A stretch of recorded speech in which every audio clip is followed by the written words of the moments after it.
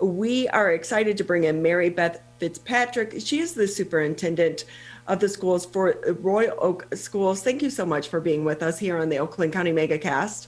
Yes, good morning. Thank you for having me. I think about this. I'm like, you like a plan. You have a plan, but you put the plan in place and then the plan goes out the window. What has this been like for you and your leadership team?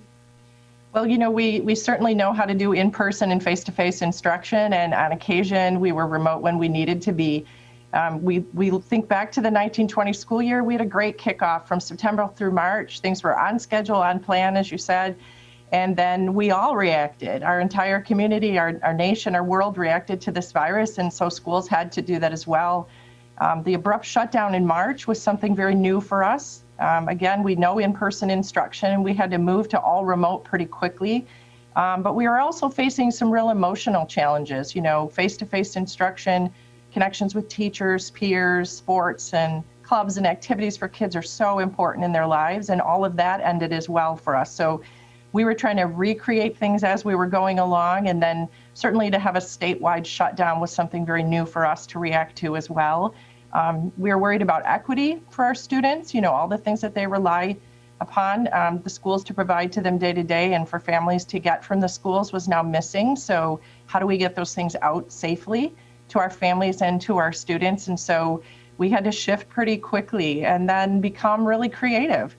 We had seniors leaving high school for the last time. We had kids that are moving up to middle school and from kindergarten to first grade.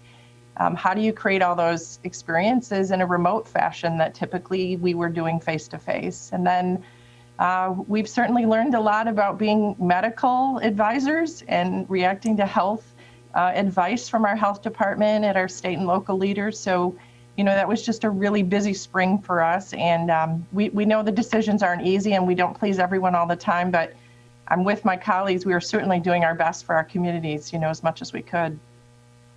Yeah, I think a lot of the parents and community members don't understand or realize how many hours behind the scenes that superintendents and members of the school districts and their employees are putting in behind the scenes to try to navigate this. Yeah, so we shifted instruction, which means our tools, our supplies.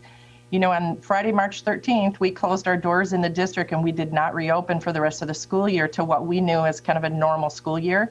So we knew the books, the materials, you think about hands-on lessons in science, everything is in the schools. How do you get that to families? How do you recreate lessons in a meaningful way? Using what families might have at home, and if they don't, how do we get those items to them? And I applaud my staff, my administrative team, all the teachers and support staff, because we really had a lot of work to do. We had to continue educating our students in the spring all the way through the end of the school year in June. And we're always looking forward to that next decision. What will summer look like? Because we usually run programs and camps and summer school. And then while we're doing that, we have to think about September and launching a school year that's new. And so it's a continuous, planning stage that we're in. We're always making plans and trying to tweak them. And then listening to our community. We have parents that continue to work. We have frontline workers, families that are, have those members of their home that live in their homes that maybe couldn't have their kids come to school at all. And they wanted remote full-time no matter what the school district did. So we knew we were running 3 programs at the same time, a face-to-face for those who come, a hybrid maybe for those that just want to come some of the days or part of the time, and then fully remote for those that wanted to or needed to stay home. We have medically fragile students who can't come to school due to, their own health conditions. So we have to provide their education at home or in a remote way. But really our staff has stepped up and adjusted so well. And then, you want to also take care of your kids, their emotional and social well-being, and try to stay in tune and do all of that through computers and phone calls and letters home. So again, yes, it's been hours and hours of work, and it doesn't stop because you're always looking to what's next and what might come up for schools next. So in March, it was a shock. You've had months to try to plan, but yet your plans keep getting disrupted with these new outbreaks and these new protocols. Do you think that in the next year, you're going to return to a classroom that was pre-pandemic at all?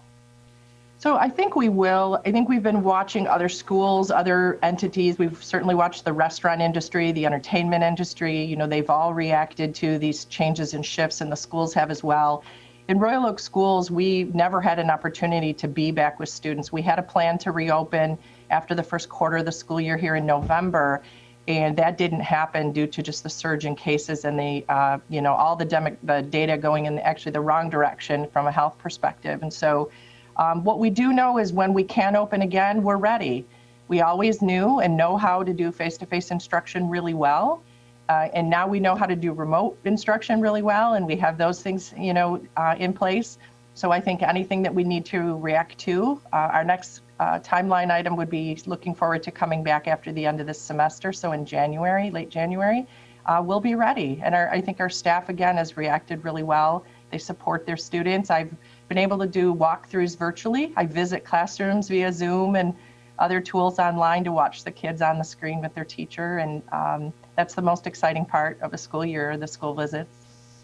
The teachers have been amazing at how they've been able to try to adapt their lesson plan to a virtual reality.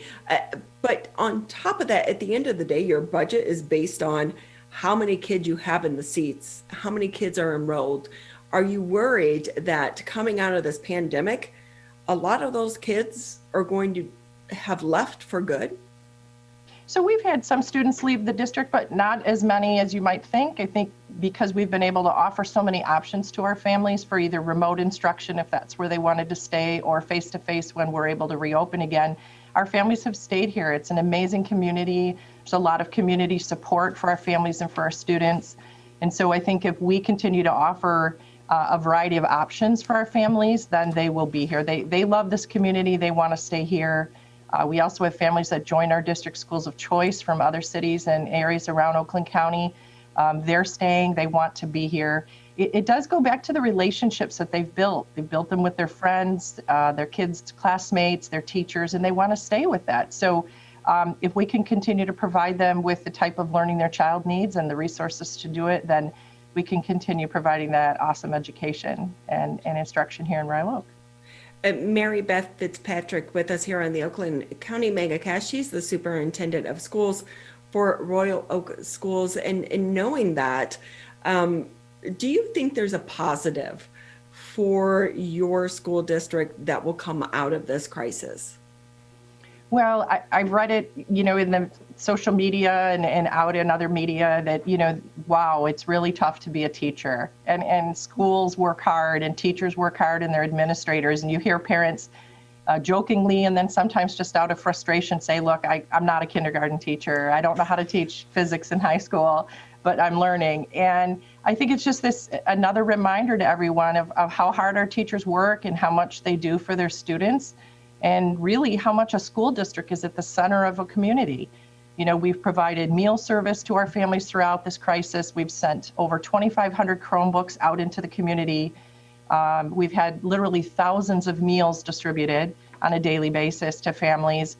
And when we could, we had some athletics going on. We had some contests that we were able to hold safely. And we're doing some virtual things with our choirs and our bands. And those are the things that make a community so special, and being able to still do that for our families has been a good thing. I think if we learn anything out of this, it's just how absolutely flexible you can be serving over 5,000 students at the same time. Every decision has a great impact, so you have to really think through on the receiving end how an individual family will respond to those decisions. And so they're not easy, and we try to keep as many families in mind as we can, but we're just learning to be pretty flexible. I will say, and I've said it once, I'll say it 1,000 times, I'm so happy I'm only a pet parent, because my kid would have to learn cursive writing. I don't know if you still teach that, but that new 5th grade math, oh, heck no, it's long division, carry the one. Right. Goes into her division, all those good terms we all learned back in the day. But yes, our teachers also were creating self-help materials for parents online. Our technology department had to do how-to videos, how to troubleshoot your device at home. We're used to 9 school buildings in our district, and instead we're looking at, almost 4,000 families out in the community that need tech help now and then. So we're really just turning our operations inside out, to do as much as we can for our community.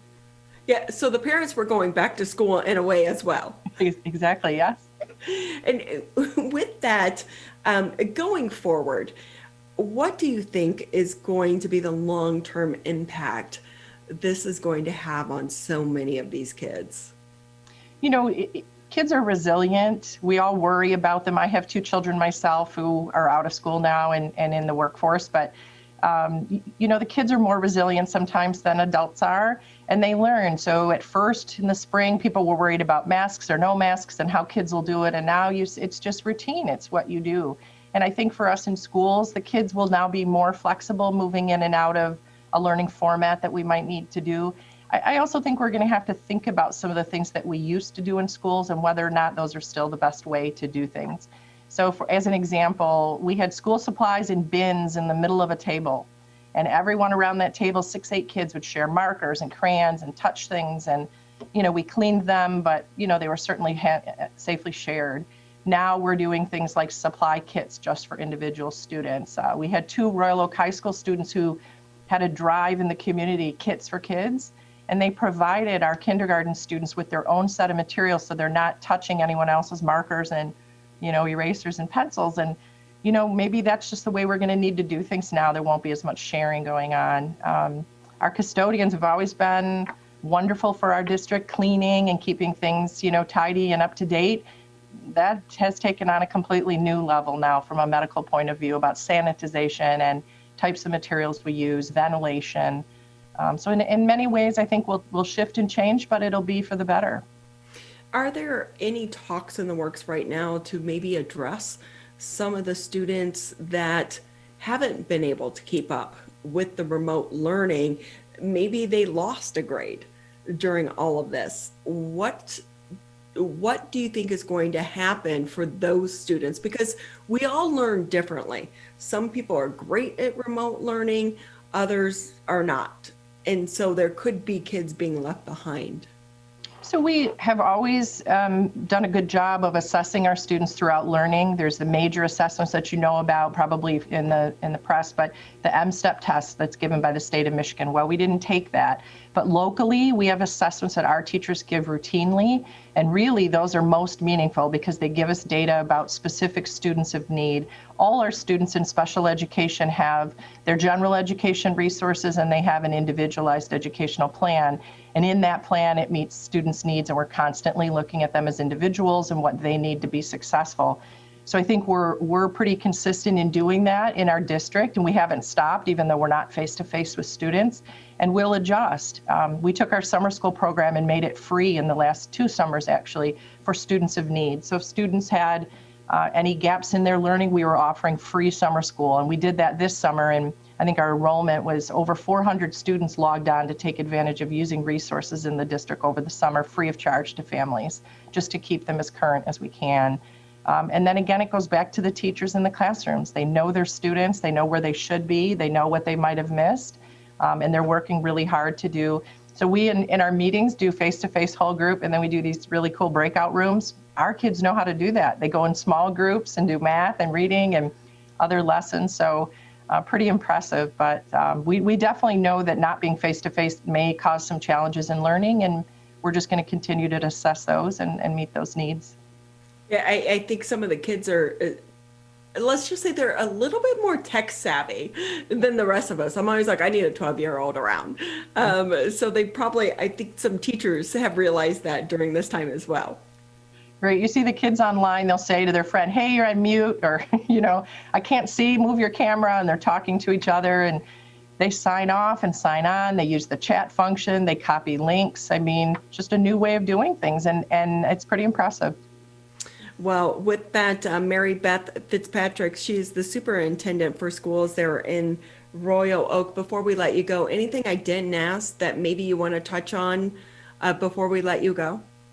Really just a thank you to our Royal Oak community. We have great organizations here, our Royal Oak Schools Foundation, youth assistants, our local PTAs. We couldn't do this without our parents and their help.